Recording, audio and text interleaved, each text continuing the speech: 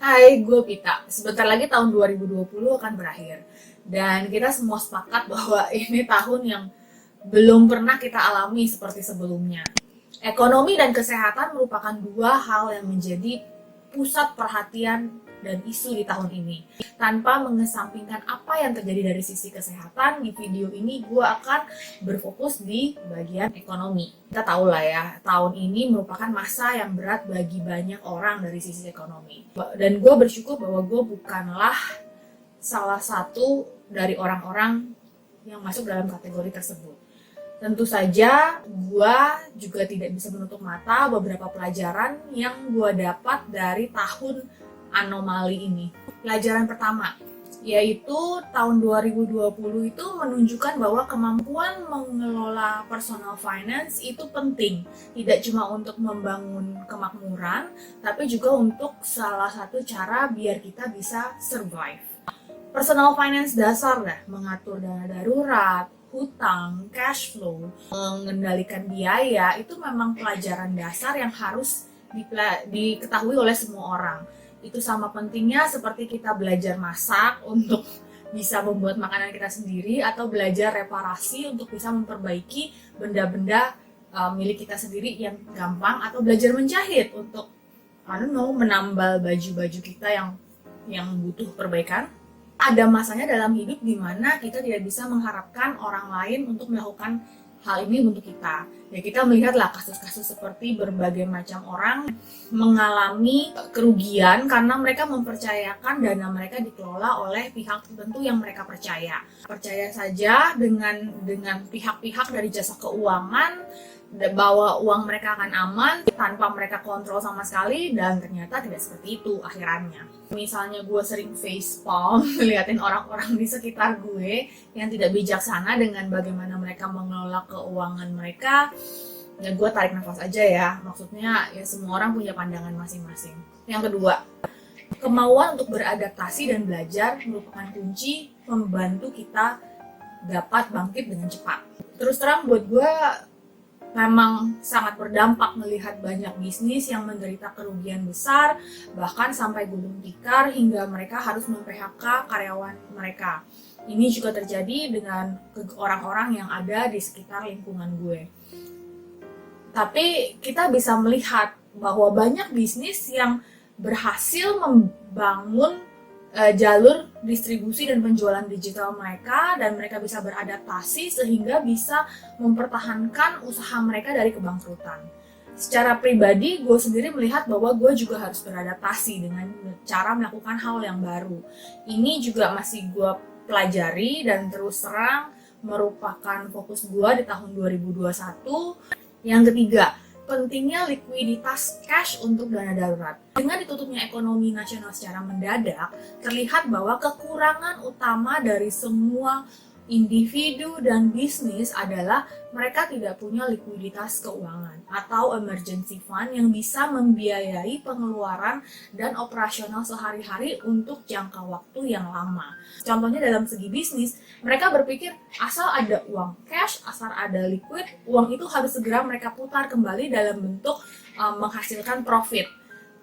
Ketika perputaran ekonomi yang diharapkan bisa menghasilkan profit itu tiba-tiba berhenti, yang ada dana mereka macet dan tidak bisa digunakan ketika mereka sangat membutuhkan.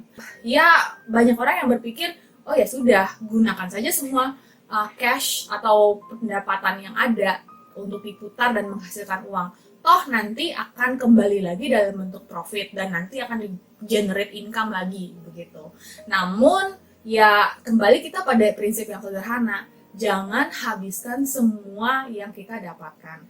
Selalu menyisihkan sebagian untuk keperluan-keperluan darurat.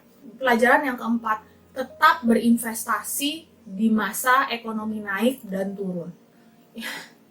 Itu sulit banget dan mental investor gue tuh sangat teruji. Memang tidak mudah melihat ketika portofolio kita mulai turun dari 10%, 20%, 30%, 40%, 50%, dan semua logika yang dipunyai itu adalah semua orang inginnya cut loss. Yang salah satu yang menjadi penenang gue adalah gue belajar untuk mempercayai insting gue dan tetap berinvestasi secara reguler. Walaupun di sekeliling gue, kalau lu melihat portofolio gue antara bulan April hingga bulan September, itu kayaknya merah semua. Faktor gue berinvestasi dengan uang yang tidak gue butuhkan untuk kehidupan dalam jangka waktu dekat.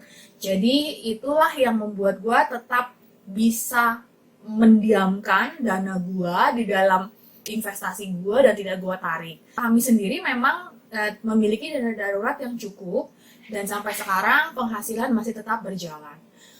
Setelah bulan November, gue melihat beberapa tanda kenaikan di portfolio gue. Bahkan di bulan November ini, gue melihat kenaikan profit dalam waktu 2 minggu itu sekitar 7%.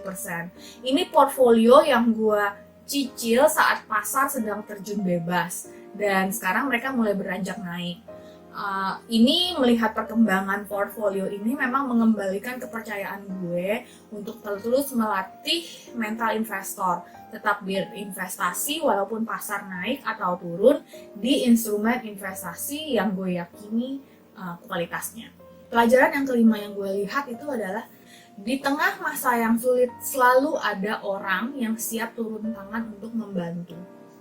Lo juga lihat kan? Di masa yang sulit, hal pertama yang dilakukan oleh orang-orang yang memiliki kemampuan ekonomi berlebih itu adalah turun tangan, membantu meringankan beban mereka yang terkena dampak. Bisa berupa dana, bantuan makanan, memberikan alat-alat, peralatan untuk teknologi maupun kesehatan, terus atau mereka membeli barang-barang dagangan dari pedagang-pedagang kecil yang tidak laku dagangannya karena PSBB. Dan mereka menyumbangkan APD, menyumbangkan obat-obatan, atau bahkan menyumbangkan tenaga. Itu kalau lu lihat benar-benar ada rasa gotong royong dari masyarakat itu memang terlihat. Tidak ada orang yang berdiam diri. Semua orang merasakan penderitaan sesamanya dan bertekad untuk melakukan apa yang bisa mereka lakukan untuk meringankan beban orang lain.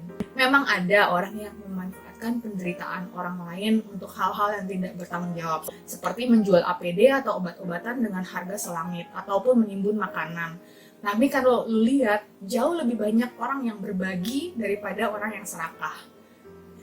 Buat gue, itu menunjukkan bahwa rasa kemanusiaan kita itu memang masih ada. Itu adalah 5 pelajaran yang gue dapat di tahun 2020. Kalau bertanya di tahun 2021, apa yang menjadi tujuan gue secara finansial, maka gue akan fokus untuk meningkatkan pendapatan gue daripada meningkatkan savings rate gue.